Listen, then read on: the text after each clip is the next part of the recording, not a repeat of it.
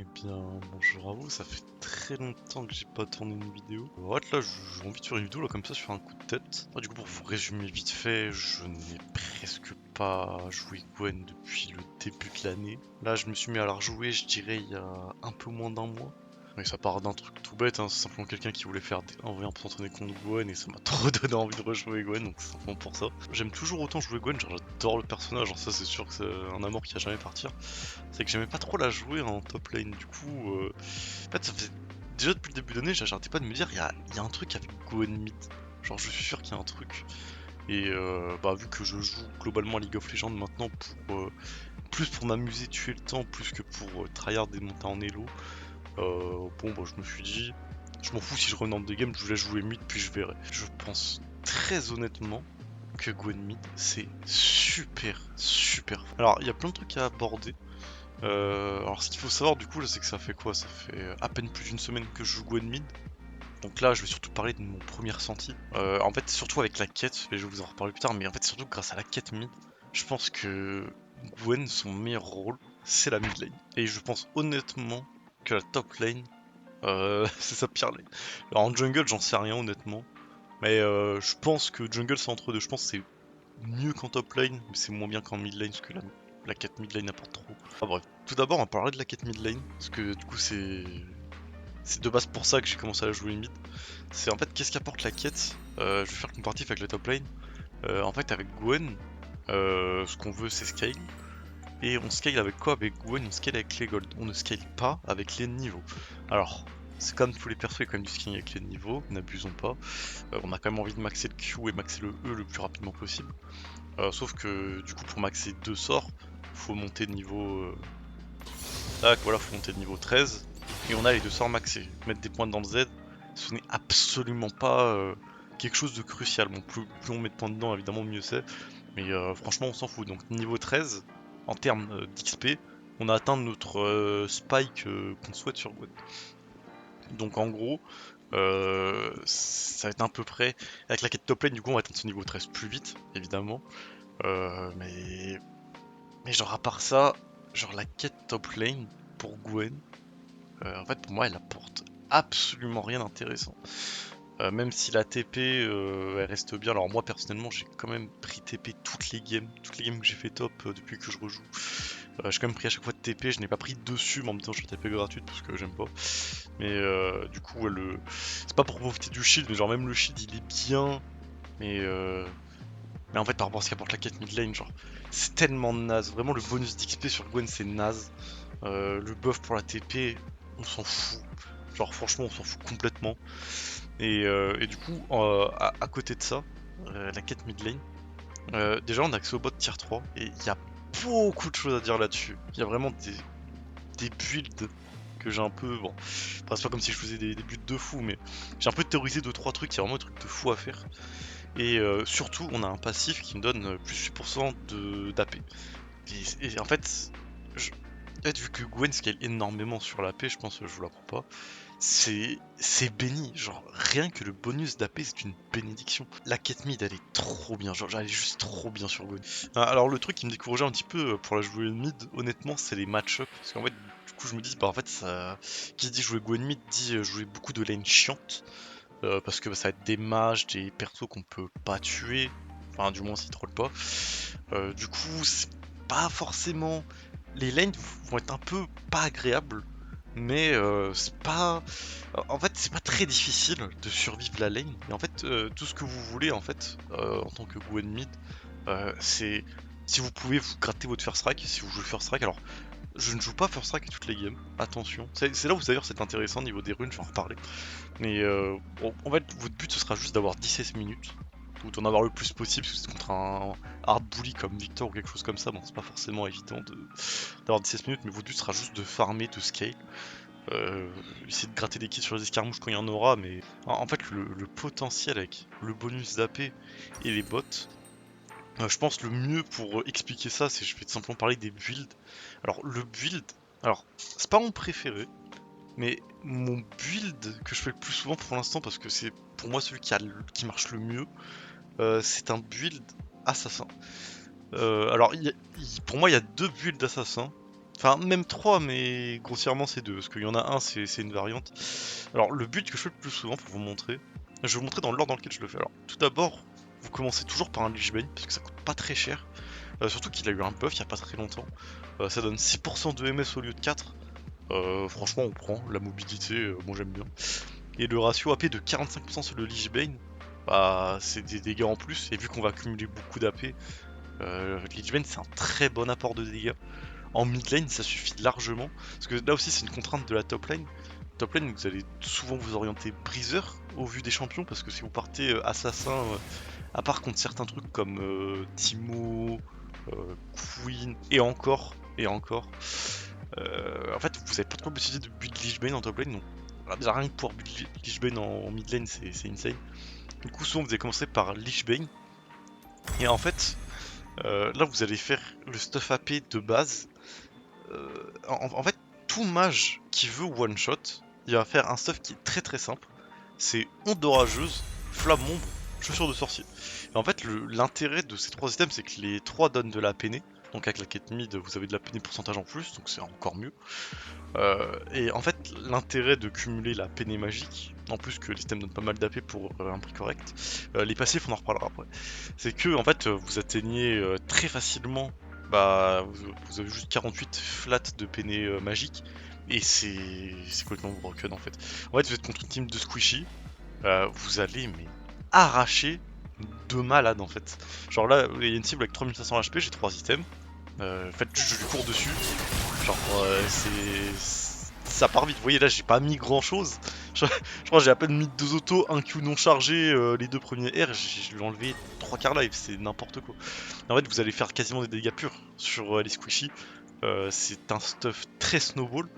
En général, de mon expérience, c'est GFK farm jusqu'au Lich Bane. Parce qu'en général, je suis pas trop. Bon, des fois, je tue des gens, mais je suis pas censé pour tuer des gens avant ça. Et ensuite, c'est du snowball. Alors, dans l'ordre de build, il y a des choses très importantes à dire. Je vais quand même vous donner l'ordre de build parce que j'ai pas précisé. En premier, bon, vous rushez Lich Bane. Pendant que vous le buildez, vous pouvez acheter les boîtes rang 1 parce que c'est souvent très pratique d'avoir un peu de MS pour dodge des spells, revenir plus vite en lane, etc. Une fois que vous avez complété le Lich Bane, vous complétez les chaussures de sorcier. Parce que normalement, à ce timing là, vous allez avoir fini votre quête. Donc vous allez les compléter au bon moment. Et en fait, l'intérêt de pas les compléter avant, c'est d'avoir le power spike du Lich Bane qui est vraiment énorme. Dans la logique, ce serait onde orageuse flamme ombre. Sauf que, en fait, si vous avez un bac avec 1200 gold, vous prenez la baguette trop grosse et vous complétez le flamant avant. Ça, c'est le luxe. Si vous pouvez faire ça, il faut le faire, c'est vraiment mieux. Genre, dans un cas où vous avez le moyen de snowball, faites flamant bar avant, puis onde orageuse après. Et onde orageuse, bah en fait, vous la faites uniquement avant si vous n'avez pas l'argent, c'est un peu la crise.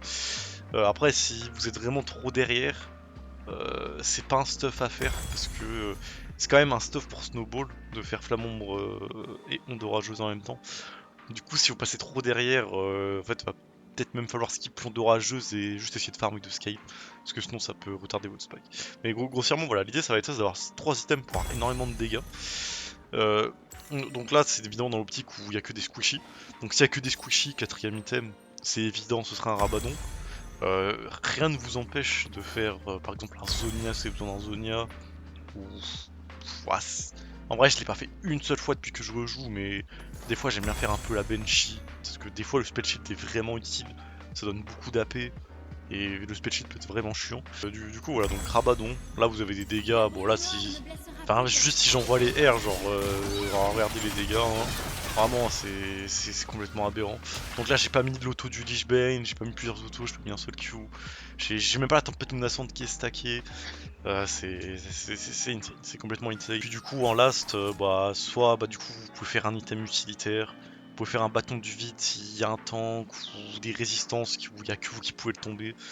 Ou même si vous avez juste pas besoin de 8 heures, prenez un bâton de vide pour vraiment encore plus one shot. Bon, les dégâts. Du coup, là, même sur une cible avec 162 RM qui réduit les dégâts de 62% normalement, ouais, normalement, ça disparaît très vite avec ce stuff. Enfin, là, je suis full stuff évidemment. Mais voilà, de toute façon, personne peut tanker Gwen, de toute façon. Ça aussi, je vais faire une petite parenthèse là tout de suite. Mais pour tous ceux qui jouent Gwen, en fait, il y a juste une petite réflexion logique par rapport au bâton du vide. Parce qu'en fait, c'est un item que les gens n'en parlent pas beaucoup. Alors que, en fait, pour moi, c'est au même tiers que Rabadon. Genre, Rabadon, bah, plus on a d'AP, plus on a de dégâts. Et en fait, Gwen fait des dégâts en faisant des PV max. Donc en gros, le seul moyen de la counter sur le papier, c'est de faire de la résistance. Bon, on me dira, il y a des dégâts bruts sur le Q, mais c'est pas tant que ça, genre. Mais juste pour dire vraiment très simplement, si vous avez un bâton du vide sur Gwen, personne ne peut vous tanker. Voilà, c'est vraiment, c'est pas plus simple que ça. Rien ne peut vous tanker. Sauf les seuls ennemis sont les shields et la régène. Mais grossièrement c'est ça, s'il y a des résistances, bâton du vide, vous avez plus de problème. Petit aparté là-dessus. Tac, tac, voilà. Si vous faites le stuff one shot et que du coup vous jouez assassin, alors si vous jouez le stuff, c'est très fortement possible aussi, mais je vous recommande énormément à partir du moment où vous avez votre deuxième item, juste à partir du moment où vous avez juste ça, pensez à prendre un Daywarder et n'hésitez pas à trap.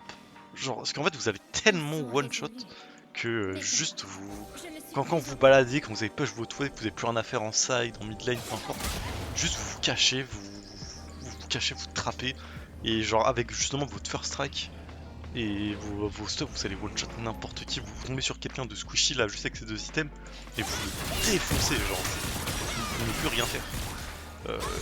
Il y a très peu de personnages qui peuvent se défendre d'un trap de Gwen avec ce stuff. Donc ça aussi c'est très important. Pensez au Daywarder, pensez à Trap, ça aussi c'est très très important.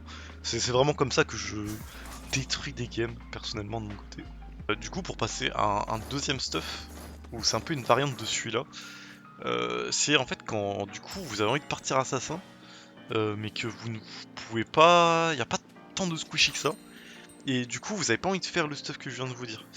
C'est-à-dire que vous ne pouvez pas jouer sur le combo de cumuler la penne flat pour one-shot les squishy, vu que du coup il y aura pas de squishy ou trop peu de squishy pour rentabiliser ce stuff. Du coup ce que vous pouvez faire, c'est toujours faire plus haut lich en premier, parce que c'est un énorme apport en dégâts, ça scale, etc. C'est de faire des célérités. Les célérités qui du coup va vous donner de la force adaptative, donc ça vous donnera de la paix, donc ça vous donnera des dégâts.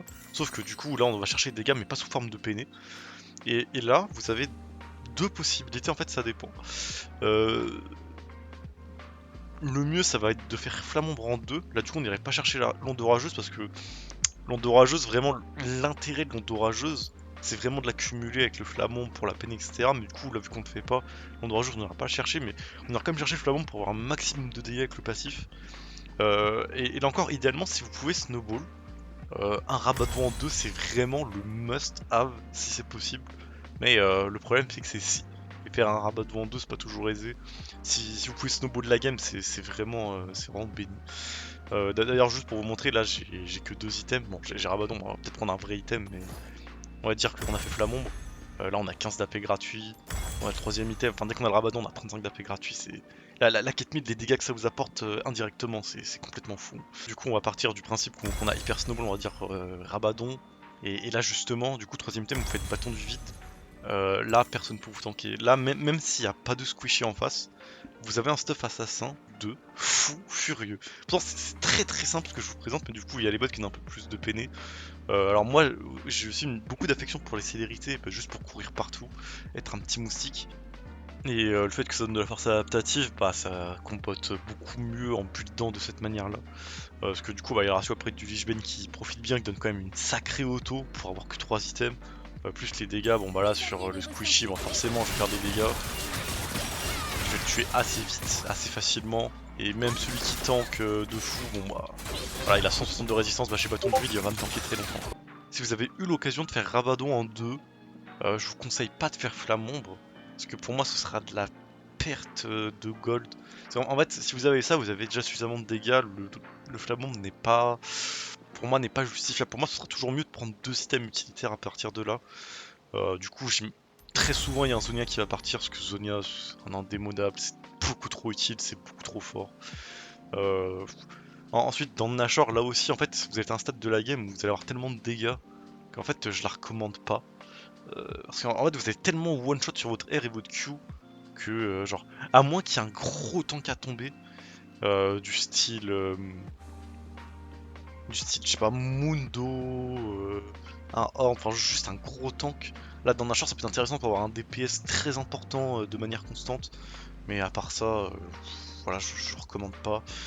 Il peut y avoir la volonté cosmique qui, vu que vous avez assez de dégâts, la volonté cosmique peut s'insérer dans le stuff. Donc en 4ème ou 5ème, c'est comme vous voulez. Va pouvoir avoir un peu plus de mobilité. Et bon, toujours plus d'AP, vous avez un peu de PV, de la CDR. Ça reste un item qui apporte quand même pas mal de choses intéressantes. Mais c'est vraiment dans l'optique où, vu que vous avez déjà les dégâts pour tomber tout le monde, là vous allez chercher de l'utilitaire. Après, là vous pouvez vous-même adapter et aller chercher des systèmes dont vous avez besoin. Genre, il y a un AD carry qui est hyper feed, un Yasuo Yone qui est feed, vous pouvez faire un rendu 1. Là, vous pouvez quand même, en 5ème item, vous pouvez quand même prendre autre chose. Enfin, même en 4ème, on peut prendre autre chose qu'un item AP. Vous n'êtes pas obligé de prendre un item AP. Mais pour moi, en fait, juste avec ces trois-là, vous avez des dégâts de fou. Avoir un 4ème item AP pour vraiment que personne puisse vous résister, parce que vous avez quand même le Zonia quand même qui donne 105 d'AP, c'est pas négligeable, ça aide beaucoup. L'armure c'est rarement inutile, genre vraiment on profite des stats, on profite de l'actif de l'item, genre c'est beaucoup trop fort. Et vraiment dernier item, vraiment vous pouvez vraiment faire tout et n'importe quoi. Alors je l'ai jamais build, mais je pense pistolet Mextech ça se tente pour l'Omnivamp qui peut être intéressant. Avoir un slow point and click qui est complètement con. Je sais pas. Franchement, là c'est vraiment une liberté complète pour moi en termes de 5ème item. Et c'est pour ça que ce build là, je le fais moins souvent parce que je trouve moins l'occasion de le faire parce que bah, dans mes games personnellement j'ai souvent l'occasion d'avoir beaucoup de squishy. Et en fait je préférais faire ce stuff là mais l'autre est juste plus efficace donc je m'en prive pas. Et voilà, là, vraiment le 5ème item c'est vous vous adaptez à la game. Vous pouvez même tester des trucs. Je pense que... Bon, il y a juste des trucs qui sont moins bien que d'autres, mais je pense qu'il n'y a pas de mauvais choix. Et là, je vais pouvoir vous parler d'un autre type de build complètement différent, qui va plus ressembler à la top lane cette fois-ci. Et c'est aussi un des trucs qui fait que j'aime bien Gwen Mid, c'est que du coup, vous avez possibilité de partir assassin. Mais en mid lane, vous pouvez aussi partir Breezer. Alors souvent en assassin, vous allez partir avec ces runes là, je les ai pas présentées, mais moi je joue avec ces runes là très souvent. En arbre secondaire, vous pouvez prendre souvent second souffle avec autre chose pour survivre les lane poke compliqués.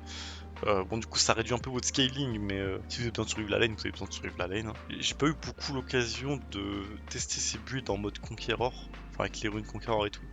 Mais en gros vous avez plusieurs possibilités. Ça va être... alors là, je vais essayer de bien expliquer en gros. Pour les deux premiers items, vous allez avoir trois choix. En fait, vous allez vouloir faire souvent Dents de Nashor, Riftmaker, Aube du Crépuscule. Mais en fait, dans vos deux premiers items, vous allez en choisir deux de ces trois-là en fonction de la game. Et là, je pourrais pas vous dire cas par cas parce que ce serait trop long. Mais en gros, ça va être soit Riftmaker, Aube du Crépuscule, soit Riftmaker dans le Nashor. En général, il y aura toujours Riftmaker dans le stuff. Après, moi, c'est plus parce que je suis un amoureux du Riftmaker, mais c'est très souvent le Riftmaker que je vais faire. Mais du coup, en fonction de la draft, vous réfléchissez. Si vous pouvez mettre beaucoup d'auto, vous allez peut-être privilégier dans le Nashor. Si c'est des persos comme, je sais pas, je vais dire Akali, qui vous n'allez pas pouvoir spam les autos, vous allez peut-être plutôt mettre Aube du Crépuscule pour proc le passif Brillance quand vous avez l'occasion. Et voilà, vous allez faire des combos de deux items comme ça. Le seul truc que je recommanderais pas, je pense que c'est possible que je recommanderais pas, c'est de faire le combo dans Nashor Aube. En fait, je sais pas, en fait, j'ai pas la vision des deux en même temps. Pour moi, Rift, en fait, combote bien avec les deux. Et pour moi, dans Nashor, Aube du Crépuscule. Alors, en fait, si vous avez de quoi faire dans Nashor, en fait, la logique serait qu'Aube du Crépuscule, bah, du coup, c'est encore mieux parce qu'on a encore plus d'attaque speed, on peut encore plus auto. Mais en fait, avec la Nashor, je pense si vous attaquez beaucoup, bah, en fait, vous profiterez mieux de l'omnivampirisme, du Riftmaker et des dégâts bonus que vous apporte le Riftmaker que l'Aube du Crépuscule. Du coup, pour moi, c'est pour ça, pour moi, c'est Riftmaker first en général, et soit dans Nashor, soit du Crépuscule, mais vous ne faites pas les trois. Si vous décidez de faire Riftmaker dans Nashor, vous ne faites pas Aube du Crépuscule, ou inversement, si vous avez fait Aube du Crépuscule, vous ne faites pas dans Nashor, c'est très important, parce qu'en fait, ça va niquer votre scaling si vous faites ça. Du coup, voilà, c'est ça l'important. Du coup, on va dire, on a deux systèmes de base, je vais reprendre la dent de Nashor, on va dire que je suis parti sur le stuff Aube du Crépuscule. On va même repartir en point d'arrêt, on va dire que là du coup je suis contre Akali, on est contre des match-up un peu compliqués, il y a beaucoup de dangers AP en face, on va prendre les bots améliorés, les bots qui du coup vont donner un shield, et genre c'est vraiment des bots qui sont surpuissantes. En fait je sais même pas comment expliquer la puissance de ces micro-shields. Bon, non seulement les PV des deux items là vont augmenter légèrement le shield des bots, mais en fait c'est une barre de vie supplémentaire qui revient souvent. Du coup, non seulement c'est des bots défensifs qui vous donnent de la ténacité, ou dans le cas établi, vous réduisez les dégâts, mais en fait, le shield, en fait, genre, si vous voulez jouer Gwen de manière plus briseur combattante, et pas assassin, pour tenir en teamfight avec le créateur de faille qui vous donne des PV, si vous faites Aube, vous avez encore plus de PV, donc vous avez quand même pas mal de vie. Vous avez l'omnivamp, la régène de Gwen naturelle, le conquérant, etc. En fait, mine de rien, vous allez être pas si facile à tomber. Et genre, en fait, déjà rien qu'avec ça, vous avez de très bons dégâts. Vous avez un bon DPS, vous avez un bon burst. Vous pouvez faire de très bons courts trades, long trades. Vous êtes pas facile à tomber. C'est vraiment une base très solide. Sauf que c'est un peu spécial de jouer ça en mid lane parce que typiquement si vous jouez contre Akali, vous allez dire ça a pas trop de sens parce que du coup on la tue comment. Mais là c'est un peu l'idée aussi que en fait vous fassiez pas one shot parce que contre Akali vous faites le but de one shot. En fait vous tuez Akali si Akali troll quoi. Si elle troll pas, en fait elle esquive tous vos sorts sans aucune difficulté et elle vous tue quoi. Il y a un peu ça comme idée derrière mais c'est un peu plus compliqué que ça. Et en fait, du coup, à partir de ces deux items, là, on va partir sur du stuff classique encore. Ça va être le but, c'est de one shot.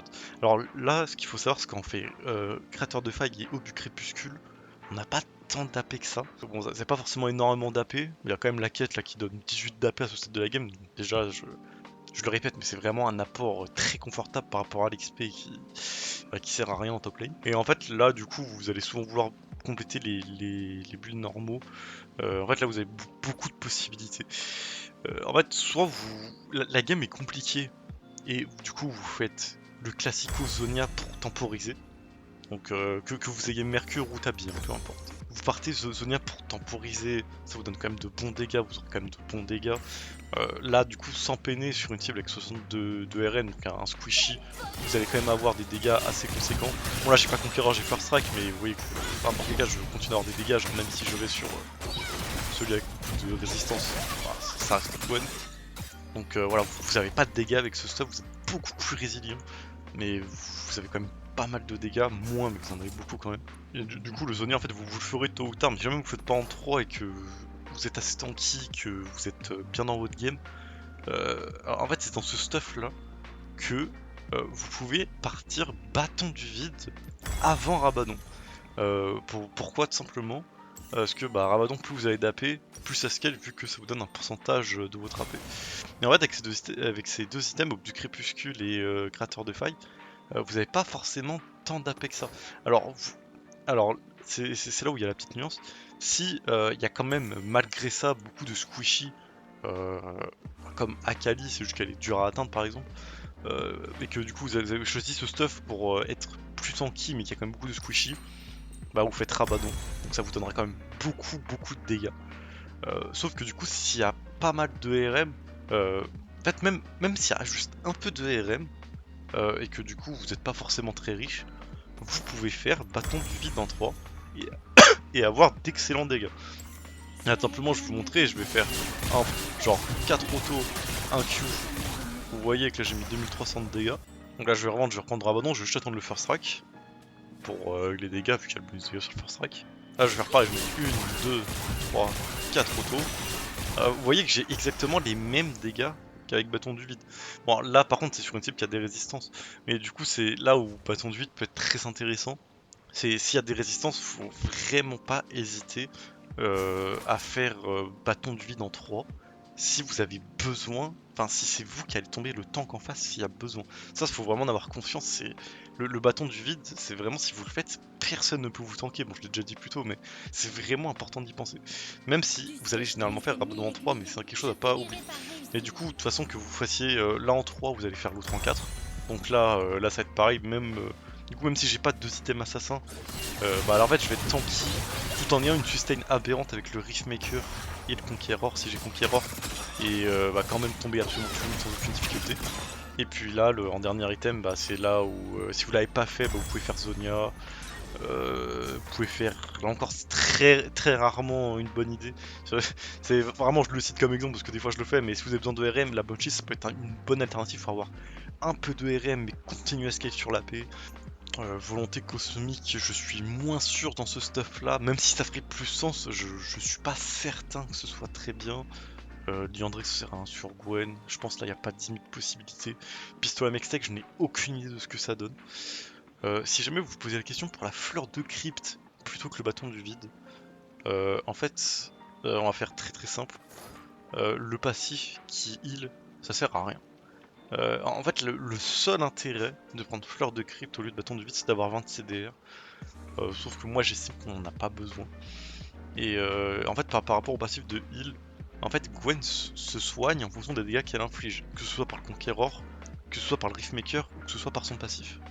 Donc, en fait, si vous avez le bâton du vide qui vous donne 20 d'AP en plus et 10% de PN en plus, en fait, vous allez avoir plus de dégâts. Et vu que vous allez avoir plus de dégâts, bah naturellement vous allez plus vous heal. Donc se dire fleur de crypte pour heal, c'est vraiment une très très mauvaise idée. Et même si vous pensez à l'aspect équipe pour soigner votre équipe, en fait Gwen c'est un perso extrêmement égoïste. Et là c'est pas c'est pas je pense que c'est un fait. Gwen est extrêmement égoïste. Elle veut les golds pour elle, elle veut scale un maximum. Et c'est bien pour ça qu'on prend que des items full dégâts et on fait jamais genre par exemple malédiction sanguinaire directement bâton de vide parce que bah ça augmente nos dégâts personnels. C'est ce qui augmente le plus nos dégâts personnels. Plus on fait de dégâts, plus on est dur à tuer. Surtout quand on s'oriente vers un stuff comme ça où du coup on est tanky, on régène beaucoup, on n'est pas si simple à tomber. Donc voilà, c'est comme ça l'idée de réfléchir. Après, si jamais c'est une game où vous estimez que vous n'avez pas besoin d'un Zonia, vous pouvez également, même dans l'optique où genre il n'y a aucune résistance en face, en général ça n'arrivera pas, et même s'il n'y en a pas, ça peut être rentable par retour du vide. Vous pouvez partir sur des items utilitaires qui généralement sont tank. Voilà, c'est les mêmes que je vous ai présentés avant, vous prenez en fonction de votre besoin. Vu que là du coup vous avez beaucoup moins de MS, il y a peut-être un monde où vous pouvez faire plaque du mort. Le fait qu'il y ait de la réduction de slow ça peut être très intéressant, là ça peut être la variante qui s'ajoute par rapport à tout à l'heure. Parce que vu que dans l'autre stuff il y a les célérités, bon on s'en fout un petit peu du slow. Mais voilà. De retour dans les runes. Alors aussi très important, peu importe ce que vous jouez, prenez ce fragment de ténacité, c'est hyper important. 15% de résistance au slow et de ténacité, c'est énorme. Surtout qu'en midlane, vous allez souvent jouer contre des match control ou n'importe quoi qui a du CC, ça vous sera tellement plus utile que 180 HP niveau 18. Je vous jure que prenez ce fragment, c'est complètement broken. Force adaptative classique. Je pense honnêtement que le fragment de vitesse de déplacement est jouable, mais bon, force adaptative sur Gwen c'est bien. Et là, le petit fragment, franchement, vous pouvez prendre à votre préférence. Alors moi, je prends tout le temps la vitesse d'attaque parce que j'arrive pas à jouer sans. Mais je pense que force adaptative est jouable. Là, c'est au feeling. Mais juste par pitié, prenez-moi ce fragment de ténacité. Et du coup, si vous jouez Conqueror, souvent vous allez prendre la triomphe ou présence d'esprit, c'est en fonction de votre préférence. Moi je vous conseille toujours Alacrité, mais là en vrai c'est un peu la même chose qu'ici, c'est à votre préférence. Vous pouvez prendre accélération pour de la CDR. Moi j'estime que Gwen en a pas besoin, donc je prends la vitesse d'attaque que je trouve qui est bien plus utile. Et Baroud d'honneur, parce que quand vous prenez Conqueror, vous allez souvent perdre de la vie et ce sera très très souvent mieux que abattage et coup de grâce. En fait, coup de grâce pourrait être mieux si vous jouez Gwen Assassin, mais si vous jouez Gwen Assassin, du coup, vous prenez pas cet arbre-là, donc ce sera Baroud d'honneur par suite logique. Et ensuite, en rune secondaire, ça va souvent être second souffle, et si c'est un poker qui met souvent du slow ou du CC, inébranlable pour encore mieux tanker la lane, ou surcroissance pour simplement scale, ou même si vous préférez, vous pouvez même prendre des démolitions pour simplement prendre des plates et vous enrichir plus vite dans la game. Si vous estimez que vous n'avez pas besoin de cet arbre là, remise immédiate pour scale plus vite ou les chaussures à votre préférence. Et je conseillerais polyvalence du coup, parce que si vous avez pas besoin de second souffle, vous avez pas besoin de biscuit. Du coup je conseille polyvalence, ça donne un peu de CDR, ça donne un peu de force adaptative. Du coup c'est vraiment à votre préférence, vous prenez ce à quoi vous êtes le plus à l'aise, il y a plusieurs choix. Vous pouvez même ici venir prendre, je sais pas, je dis des bêtises, genre célérité, tempête menaçante, mais je pense que c'est moins bien que remise immédiate qui vous fera scale plus vite. Si vous sentez que vous allez beaucoup utiliser vos sums, savoir Cosmic c'est vraiment de valeur sûre. Mais ouais, moi j'aime beaucoup ce combo là. Voilà, pour les runes secondaires, c'est vraiment à votre préférence. Je saurais pas dire qu'est-ce qui est le plus opti honnêtement. J'ai testé plusieurs trucs, mais j'ai pas tout testé encore. Je joue bon, quand j'en ai envie, quand ça m'amuse. J'ai pas trop l'occasion de tester ce stuff, du coup je sais pas, mais moi ce qui me tenterait le mieux c'est vraiment, si j'ai besoin de survivabilité, c'est second souffle sûr et certain, puis là vous prenez votre rune à votre préférence, en pensant à inébranlable, si là il y a des CC, des slows pour mieux tanker la lane, si vraiment c'est un match-up dur à survivre. Sinon si vous avez vraiment besoin de survivabilité, je pense inspiration c'est le meilleur arme. Du coup je pense que j'ai fait un peu le tour de ce qui est itemisation et rune. Je trouve que c'est hyper intéressant, enfin moi ça me donne un peu envie de rejouer à LoL, surtout pour avoir la possibilité de jouer Gwen que je trouve a une bien meilleure carrière en mid lane, et surtout que là je viens de voir elle va recevoir un petit buff early, ce qui fait... en vrai je pense qu'il en a pas nécessairement besoin, mais pour la top lane le buff fait du bien honnêtement, parce qu'en top lane vraiment je trouve que le perso est éclaté, mais je pense que ce qui fait qu'elle est éclatée c'est que elle profite très peu, pour pas dire pas du tout, de la quête top lane, alors que beaucoup de champions de la top lane en profitent beaucoup plus tout simplement. Du coup on arrive à la fin de la vidéo, donc là je vais sur un coup de tête, je pense que je vais faire très peu de montage, parce que je suis pas très motivé à en faire en ce moment. Euh, D'ailleurs c'est pas que j'ai pas envie de faire de vidéos, c'est juste que je suis un peu à plat en ce moment, bon, c'est pas la grande forme, bon, je vais pas parler de ma vie, mais c'est juste pas la grande forme et j'ai pas mal la flemme on va dire. Et surtout que j'essaye de faire des vidéos pour quelqu'un d'autre. D'ailleurs, je vous invite à aller voir sa chaîne, Valheim, si vous êtes intéressé par Jax, c'est un OTP de Jax. Il est super cool à regarder, super intéressant. Et moi, c'est un plaisir de monter des vidéos pour lui. Donc voilà, si jamais vous aimez bien les montages que je fais habituellement quand c'est plus monté, je vous recommande d'aller voir sa chaîne. Même n'hésitez pas à passer sur ses streams, c'est vraiment vraiment un chic type. Et voilà, j'espère que cette vidéo, qui m'a l'air un petit peu longue, vous aura plu. En vrai, ça m'avait manqué de tourner une vidéo, ça me fait tellement plaisir de parler de Gwen. J'espère continuer à vous faire des vidéos dans le futur sur Gwen également. Alors, si jamais vous avez aimé la vidéo, n'oubliez pas de liker. Je vous souhaite une bonne journée et je vous dis à la prochaine.